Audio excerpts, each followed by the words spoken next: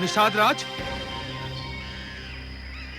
निषाद राज, हमारे ग्राम की ओर राष्ट्रीय रथ आ रहा है। अवश्य ही अयोध्या से आ रहा है। चलो देखते हैं।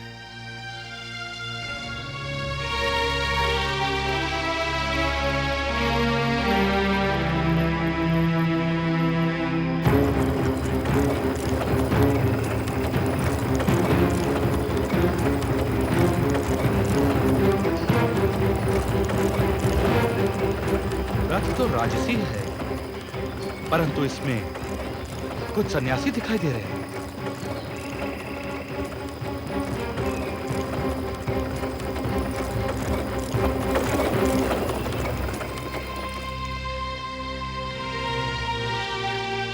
आइए। महामंत्री सुमन,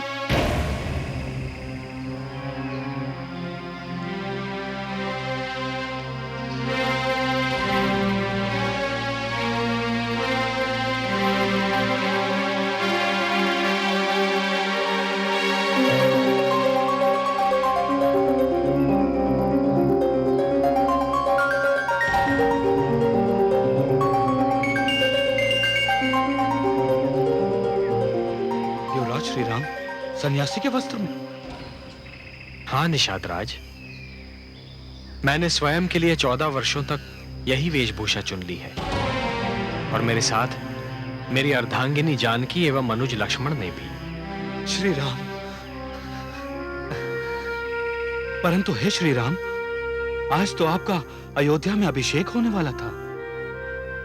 हाँ निषाद राज, अयोध्या में अभिषेक तो हो रहा है, किंतु मेरा नहीं, मेरे प्रिय अनुज भरत का। यह कैसे संभव है? जनता के प्रतिनिधि आपको युवराज चुन चुके हैं, वहां मैं भी उपस्थित था।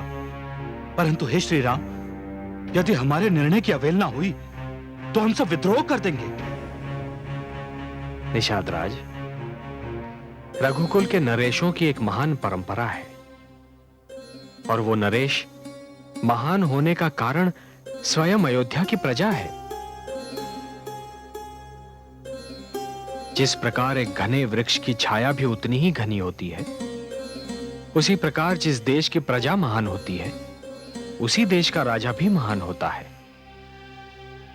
निषाद राज, आपको तो अपने नरेश पर गर्व होना चाहिए कि वो रघुकुल की वचन परंपरा का निर्वाह कर रहे हैं।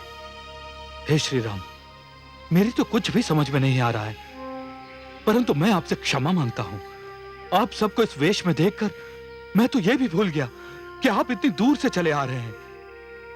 आपको विश्राम की आवश्यकता है। आपको अपने ग्राम में देखकर हम धन्य हुए।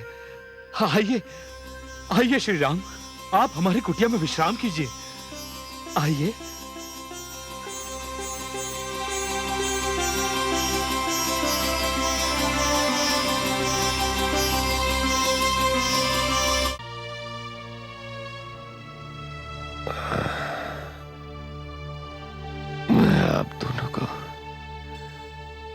कैसे बताऊं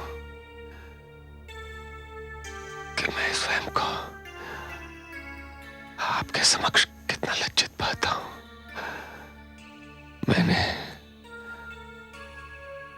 आप दोनों के साथ घोर पक्षपात किया है।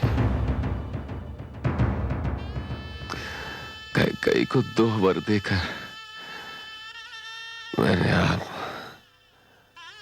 दोनों को पुत्र वियोग सहने का दंड दे दिया। हम इसे दंड नहीं, नियति मानते हैं महाराज। अपने मन को बहलाने का इसके अतिरिक्त और कोई ढंग भी तो नहीं। ईश्वर से प्रार्थना कीजिए कि महामंत्री सुमंत की बात मेरा पुत्र मान ले और अयोध्या लौट आए।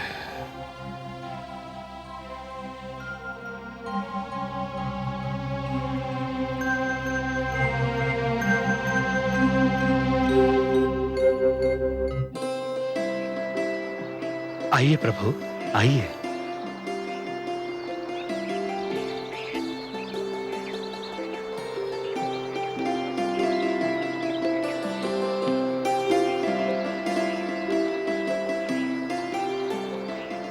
निषाद राज, कल जब हम यहां पर आए थे तब यहां पर ढेर सारी नौकाएं थीं। अब यहां पर कोई नहीं दिखाई दे रहा। कहां गए सारे केवट? हे श्री राम, ये सुनते हैं कि उनमें से किसी एक को अपनी नौका पर बैठाकर आपको उस पार ले जाना होगा। सारे केवट अपनी नौकाएं लेकर भाग गए। भाग जाने का कारण? भय प्रभु। किसका भय? मेरा? नहीं नहीं प्रभु, आपका भय नहीं। आप तो स्वयं भयभंजन हैं। आपका नाम लेते ही मन के सारे भय दूर हो जाते हैं। बड़ी विचित्र बात है निषाद राज।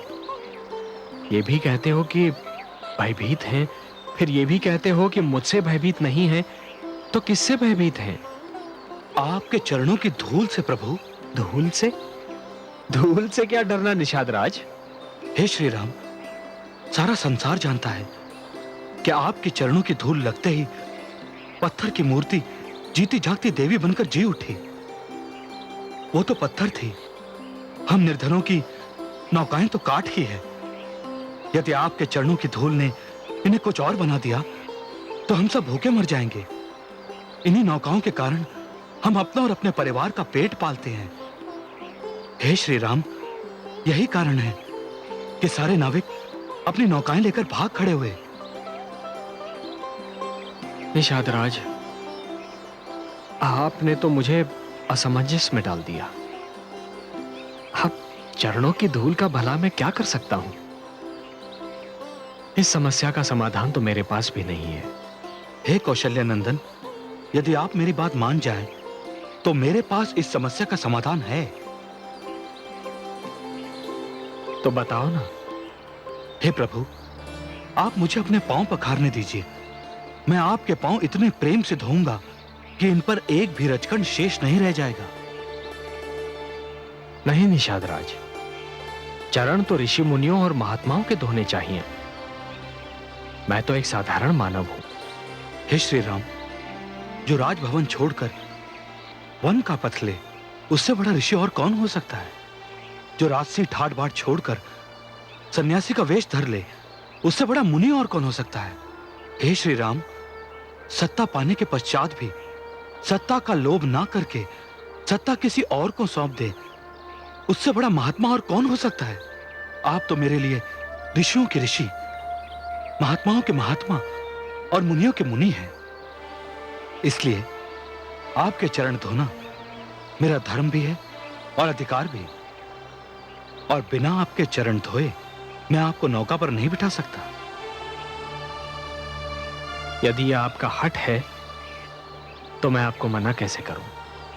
और यदि इस समस्या का यही समाधान है तो मैं आपको अपने चरण धोने की अनुमति देता हूं। आपकी जय हो, श्री राम की जय हो।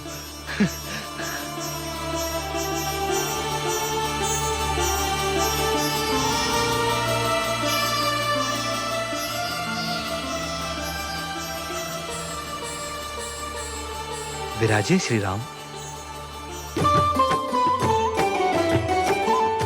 बड़े भाग प्रभु आय सुदीना, केवट राम चरण गहि लीना।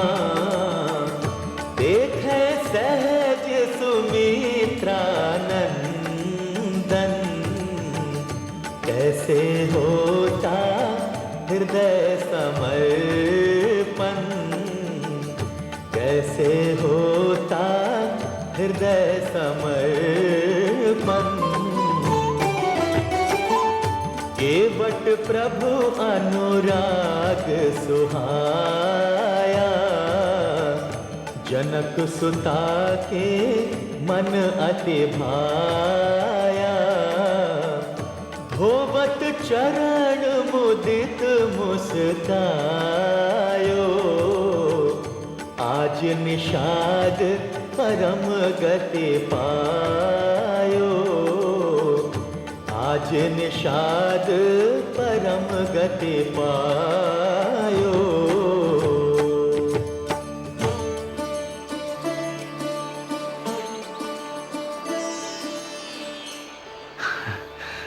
प्रभु, मैं धन्य हुआ। आइए, पधारिए।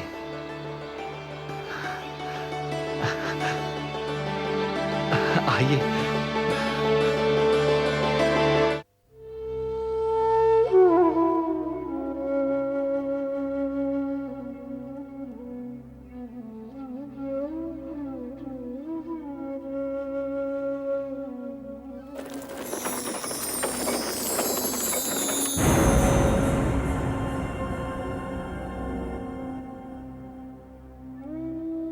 मंत्री सुमंत लौटे या नहीं? इतनी शीघ्र कैसे लौटेंगे? अभी तो बस गंगा तट तक ही पहुंचे होंगी।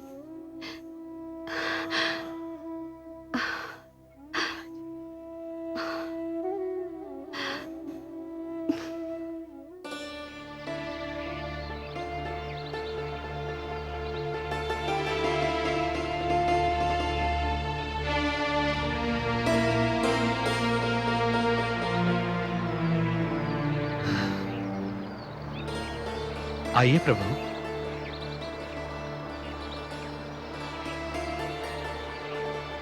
जय श्री राम राम राम, जय श्री राम राम राम, जय श्री राम राम राम, मोरे राम राम राम। हे अयोध्या की माटी, राम तुमसे विदा लेता है। श्री राम।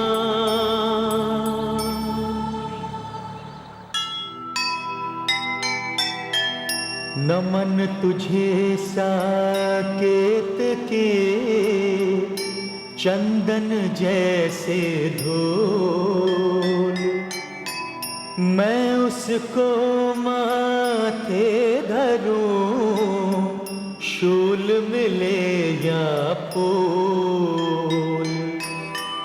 तुझसे लेता हूँ विदा, दे मुझको आशीष। जननी तेरे चरण में नत है मेरा शीश, नत है मेरा शीश।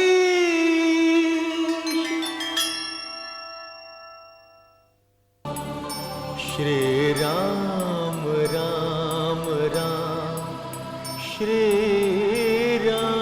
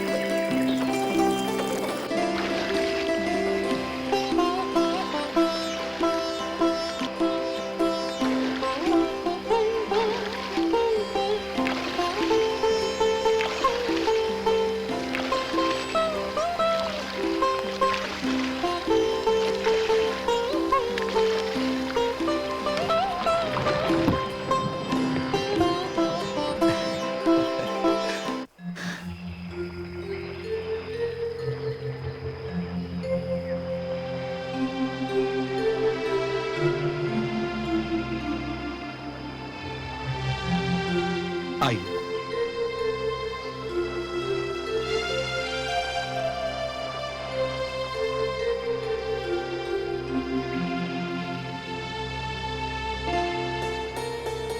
निषाद राज, मैं किन शब्दों में आपको धन्यवाद दूं? आपने हमें पार उतार दिया।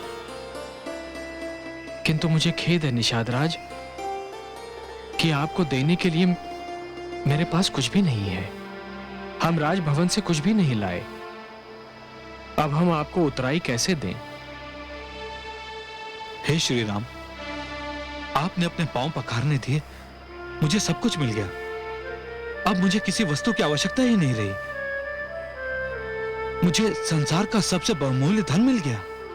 किंतु वो तो आपका स्नेह था।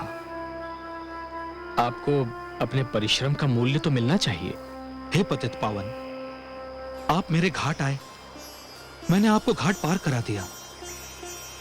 जब मैं आपके घाट पहुंचूं, तो मुझे भवसागर पार करा दीजिएगा। मैं समझूंगा मेरे जीवन भर के परिश्रम का मूल्य मिल गया। महामंत्री, आपका भी कोटि कोटि धन्यवाद। आप हमें यहां तक छोड़ने चले आए। आपने अपना धर्म निभा लिया। अब आप अयोध्या लौट जाएं। मैंने अपना धर्म नहीं निभाया श्री राम। वो तो तब पूर्ण होगा जब मैं अयोध्या नरेश महाराज दशरथ का संदेश आपको सुना दूंगा। क्या है पिताश्री का संदेश? अयोध्या नरेश ने आपको संदेश और मुझे आदेश दिया है कि आप सब गंगा पार करके मेरे साथ अयोध्या लौट चलिए।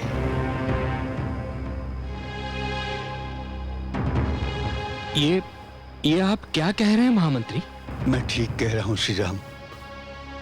अयोध्या से आपके बाहर निकलते ही महाराज का महारानी कैकेयी को दिया वचन कि आप अयोध्या छोड़ देंगे, पूरा हो गया।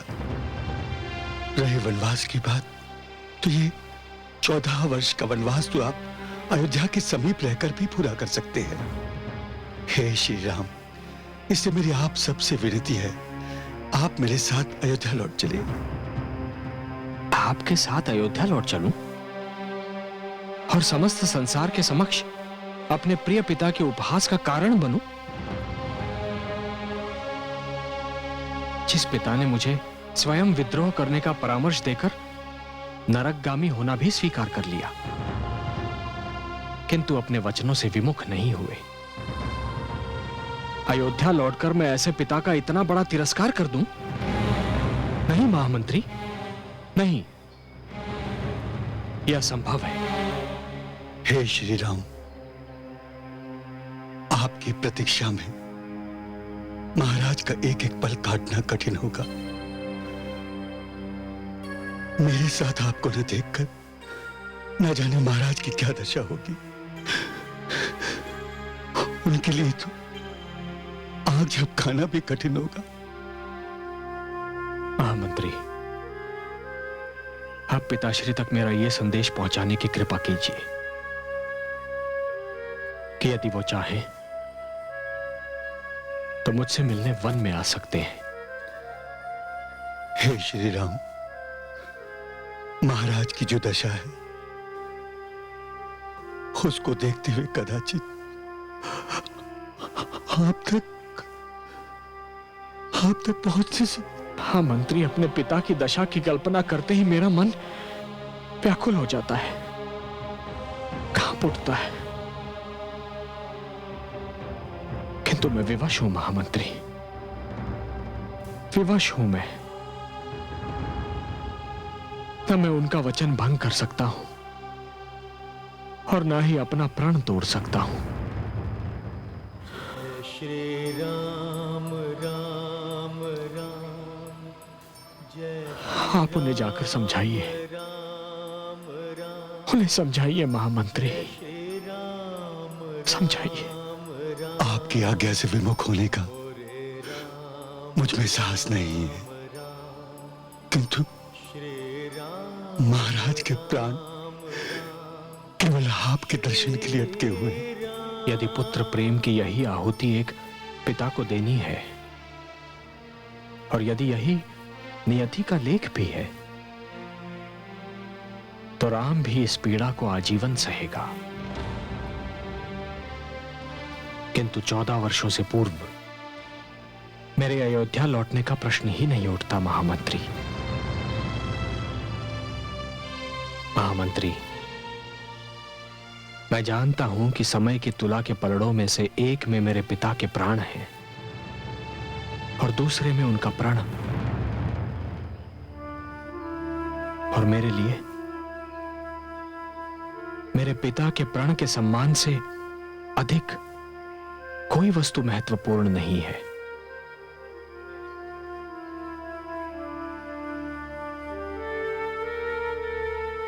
आप उन्हें हमारा यह संदेश दे दीजिए और विदा दीजिए। राम राम राम, जय श्री राम राम राम, जय श्री राम राम राम, मोरे राम राम राम, श्री राम राम राम, श्री